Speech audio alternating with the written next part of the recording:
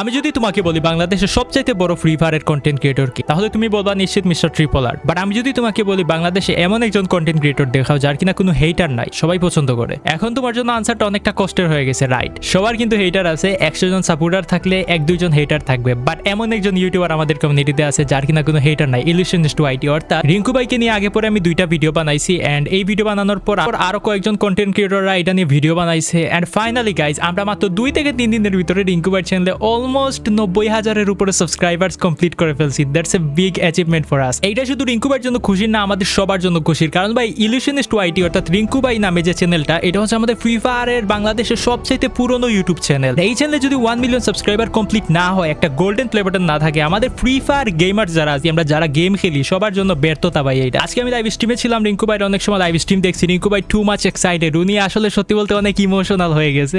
এই স্বপ্নটা যখন ভেঙে যাবে তখন কি হবে, এই ভয়টা বিশ্বাস করে আমাকে রাত্রে ঘুমাইতে দিতেছে না, এন্ড আমি একদম দিন রাত মাথা নষ্ট হয়ে গেছে যে কন্টেন্ট কোয়ালিটি আরো লেভেল আপ কিভাবে করা যায়।